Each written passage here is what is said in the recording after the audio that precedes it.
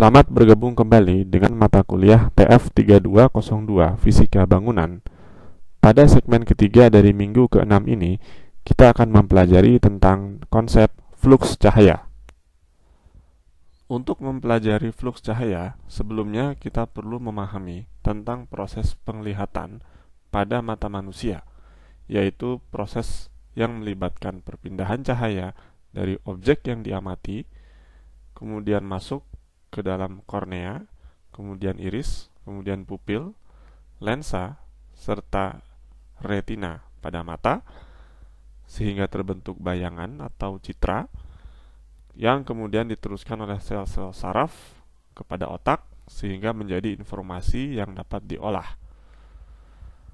Retina pada mata manusia terdiri dari dua sel, yaitu sel batang yang aktif pada kondisi sedikit cahaya, atau dikatakan berada pada modus fotopik yang tidak mampu membedakan warna.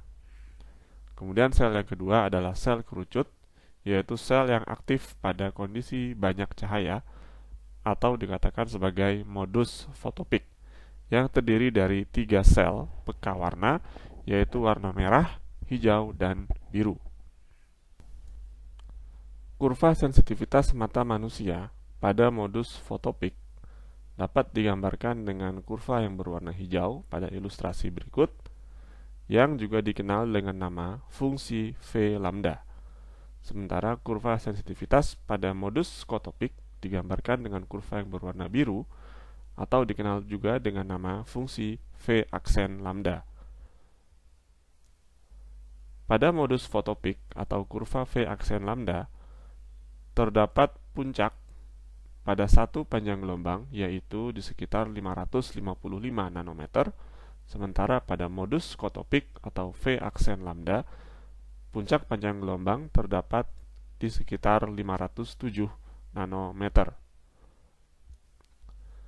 Pada praktik sehari-hari, modus skotopik, di mana terdapat sangat minim cahaya, relatif jarang ditemui, sehingga dalam aplikasi desain dan perhitungan pencahayaan, kurva V aksen lambda lebih lazim untuk digunakan, atau dengan kata lain modus fotopik lebih banyak ditemui dan digunakan sebagai basis dalam perhitungan dalam konsep fotometri, yaitu metode pengukuran dan kuantifikasi besaran-besaran cahaya pada rentang panjang gelombang 380 sampai dengan 780 nanometer.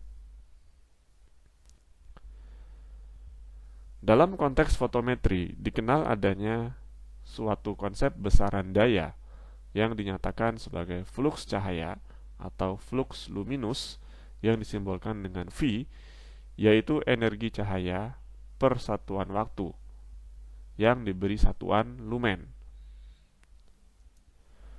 Pada modus fotopik, 1 watt daya radiasi dari suatu sumber cahaya monokromatis yang memiliki panjang gelombang 555 nanometer didefinisikan setara dengan 683 lumen, yaitu nilai maksimum yang dapat tercapai, sedemikian sehingga dihasilkan suatu konstanta KCD sebesar 683 lumen per watt untuk mengkonversi dari daya radiasi kepada daya cahaya.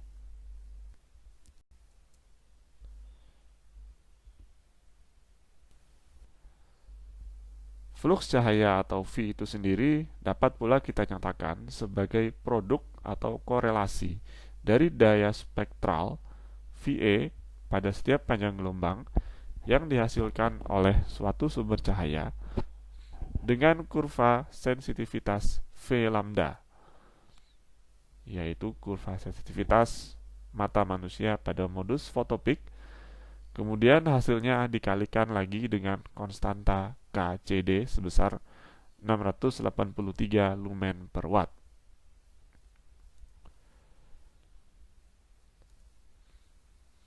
Dalam bentuk diskrit, apabila suatu sumber cahaya memiliki lebih dari satu komponen panjang gelombang, maka nilai VA atau daya radiasi lazimnya dievaluasi untuk panjang gelombang setiap sebesar 1 nanometer atau 5 nanometer, sehingga fluks cahaya dapat didekati sebagai berikut, yaitu perkalian antara daya radiasi pada setiap panjang gelombang dengan nilai V lambda yang bersesuaian pada panjang gelombang tersebut. Kemudian nilainya dijumlahkan secara diskrit pada rentang 380 sampai dengan 780 nanometer. Kemudian hasilnya dikalikan dengan konstanta KCD. Dalam bentuk kontinu, nilai dari daya radiasi dapat dinyatakan sebagai daya spektral, yaitu dVA per D lambda, artinya daya radiasi yang dikandung pada setiap panjang gelombang, kemudian dikalikan dengan V lambda, kemudian diintegralkan sepanjang rentang 0 sampai dengan tak hingga, atau dapat pula kita persempit dari 380 sampai dengan 780 nanometer.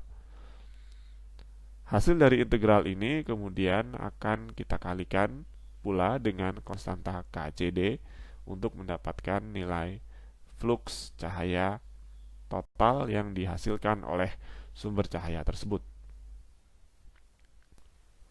Sebagai contoh, misalkan terdapat suatu lampu yang menghasilkan 3 panjang gelombang diskrit, yaitu 500, 550, dan 600 nanometer sebagai berikut.